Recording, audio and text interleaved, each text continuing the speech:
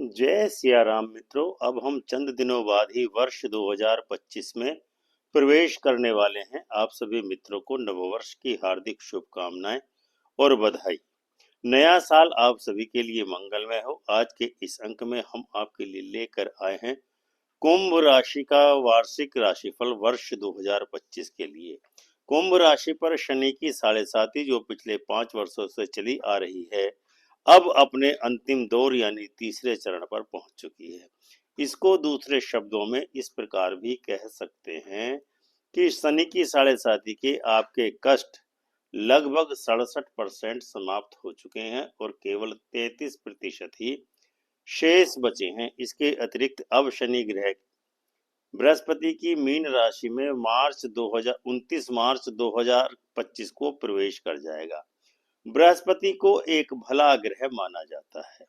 उसकी राशि में मीन में प्रवेश करके नाग की तरह बैठकर शनि अब शुक्र यानी लक्ष्मी की रक्षा करने वाला है, जो इस बात का स्पष्ट संकेत है कि शनि ने आपसे अब तक जो कुछ भी छीना है उसको वह ब्याज समेत अब वापस करने वाला है।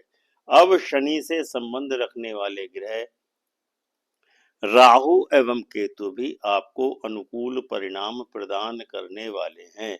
लेकिन एक चीज का ध्यान रखिए कि यदि आप एक्स्ट्रा मैरिटल अफेयर्स में सम्मिलित होते हैं तो आपकी बर्बादी को कोई भी नहीं रोक पाएगा।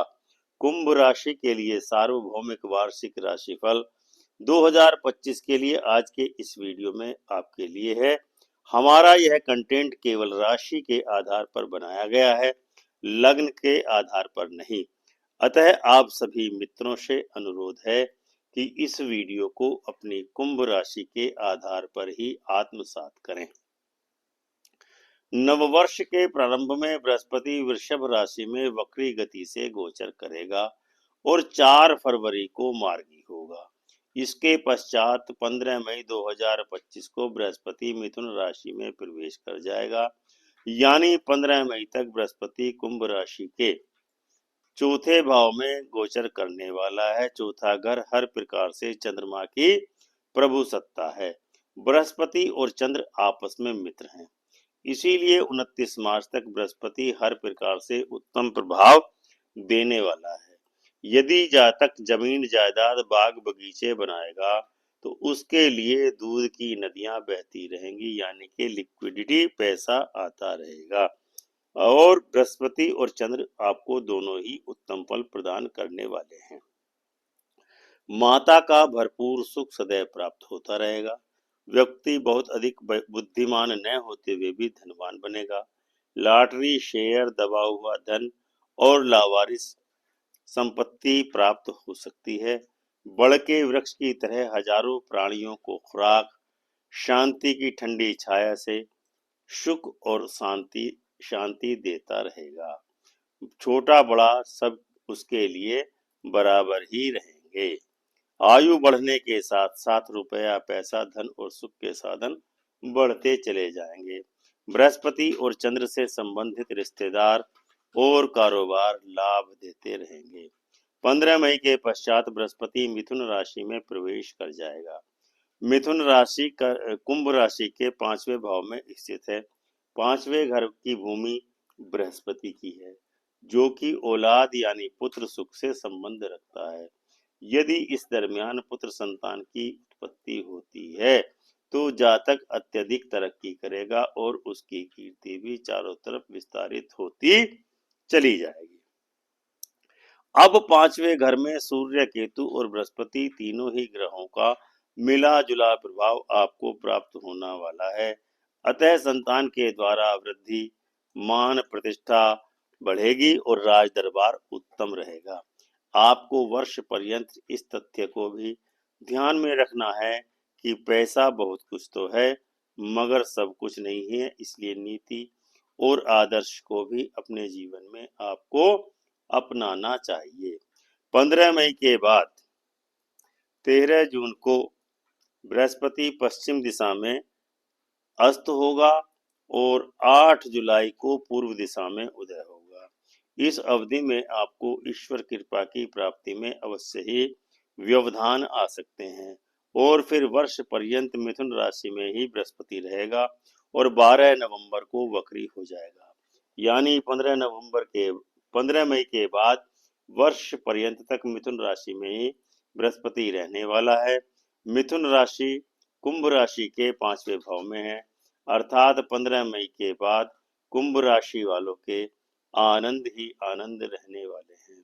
दिवाली बहुत ही शानदार तरीके से होने वाली है, किंतु 12 नवंबर को बृहस्पति वक्री होगा, इसीलिए 12 नवंबर के पहले 15 दिन और बाद के 15 दिन तक आपको सावधान रहने की विशेष आवश्यकता है। वर्ष 2025 के प्रारंभ में आपके 6वें भाव में भूमिपुत्र मंगल नीच तथा वक्री गति से गोचर करने वाला है।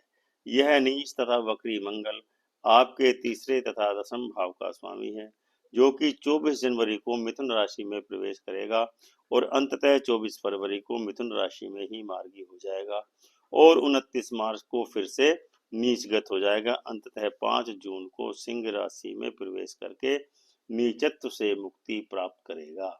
24 जनवरी से 29 मार्च के बीच 5वें घर में रहने के दौरान मंगल अपने मित्र सूर्य के घर में रहने वाला है, इसलिए इस दरमियान आपको मंगल हर प्रकार से उत्तम फल प्रदान करेगा और संतान की तरक्की होगी।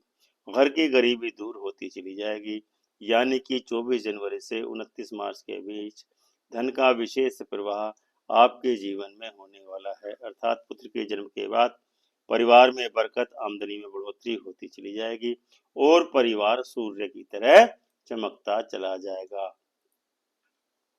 तत्पश्चात मंगल आपको पूरे वर्ष अनुकूलता प्रदान करता रहेगा। नए साल के प्रारंभ में न्याय के देवता शनिदेव कुंभ राशि वालों के लग्न या राशि भाव में रहने वाला है, जो 29 मार्च को मीन राशि और कुंभ राशि के दूसरे भाव में प्रवेश कर जाएगा। यहाँ पर कुंभ राशि वालों के लिए एक शानदार खुशखबरी है कि लगभग पिछले 5 वर्ष सालों से कुंभ राशि वाले शनि की 7.5 के प्रभाव में को झेल रहे थे।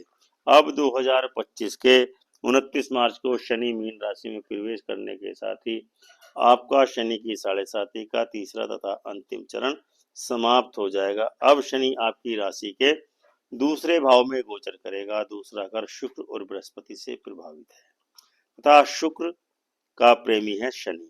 अतः 29 मार्च के बाद जातक जितना अधिक शनि के मकान मशीनरी बनाता जाएगा, उतना ही जल जोरू और जमीन यानी शुक्र बढ़ता चला जाएगा। इसका सबसे बेहतरीन उपाय ये है कि यदि आप मस्तक पर दूध या दही का तिलक लगाएंगे तो आप दिन दूनी रात चौगुनी तरक्की करते चले जाएंगे। इसमें किसी भी प्रकार का संशय नहीं है। 12 जुलाई 2025 को शनि ग्रह वक्री गति से मीन राशि में गोचर करने वाला है। शनि का यह वक्रत्व 26 नवंबर तक चलने वाला है, लेकिन शनि 26 नवंबर से मार्गी होकर के दूसरे घर में गोचर करेगा, जिसके आधार पर यह कहा जा सकता है कि दीपावली के बाद शनि कुंभ राशि वाले जातकों के लिए बहुत ही शानदार दिवाली ले करके आ रहा है, क्योंकि धन लक्ष्मी का विशेष आगमन आपके जीवन पर दीपावली के शुभ अवसर पर अत्यंत ही शानो शौकत के साथ होने वाला है। शनि के साथ ही साथ राहु एवं केतु के वर्ष 2025 में कुंभ राशि पर होने वाले प्रभावों के बारे में सम्यक रूप से विचार करना ज्यादा उचित रहेगा। वर्ष के प्रारंभ में राहु आपके दूसरे भाव में गोचर करेगा। 9 मई तक दूसरे भाव में राहु गोचर करने पर, क्योंकि दूसरा घर बृहस्पति और शुक्र से प्रभावित है और राहु दोनों ही ग्रहों का शत्रु है, इसीलिए परिवार में कुछ गलतफहमी हो सकती है। अब शिवजी महाराज की सवारी का बैल यानी कि शुक्र और शिवजी महाराज बूढ़ा बाबा और बैल यानी शुक्र, अतएव शिवजी महाराज चंद्र की शक्ति भी दूसरे घर में रहेगी और धन लक्ष्मी की और लिक्विडिटी आपके जीवन में सतत रूप से आती रहेगी। राहु 9 मई को आपके प्रथम भाव में प्रवेश कर जाएगा। अब राहु कि इस प्रवेश के साथ ही यह फल प्राप्त होने वाला है कि जैसे ही 9 मई को राहु आपके राशि में प्रवेश करेगा, आपके जीवन में कोई विशेष हलचल होने वाली है, जिसके कारण आपको मानसिक अंतर्द्वंद का सामना भी करना पड़ सकता है। लेकिन इस 9 मई के पश्चात आपको तख्त यानी राजपाट की प्राप्ति निश्चित रूप से ही होने वाली है। जीवन में 9 मई के बाद निश्चित ही हालात धीरे-धीरे सामान्य होते चले जाएंगे, लेकिन उसके बाद आपको जीवन लक्ष्य प्राप्ति के साथ-साथ उत्तम फलों की प्राप्ति होने से कोई नहीं रोक सकेगा। सरकार से कोई विशेष पद आपको प्राप्त हो सकता है, मगर 9 मई के आसपास जीवन बहुत बड़ी हलचल से नहीं झेल पाएगा। इसके उपायार्थ सिरहाने सौंफ रखें तथा गले में चांदी की चैन पहनना आपको जिंदगी के हर अजाब से बचाता रहेगा।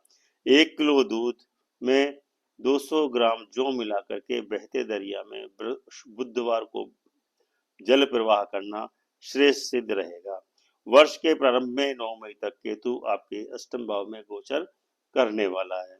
ज्योतिष का एक सर्वमान्य सिद्धांत है कि अष्टम भाव में जब भी केतु गोचर करता है तो जातक की पत्नी को निश्चय ही स्वास्थ्य कष्ट होता है।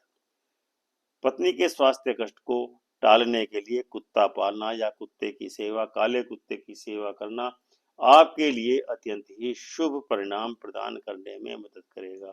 कान में स्वर्ण धारण करने से भी बृहस्पति की मदद मिलती रहेगी और 8वें घर का केतु आपको कोई बुरा फल प्रदान नहीं कर पाएगा।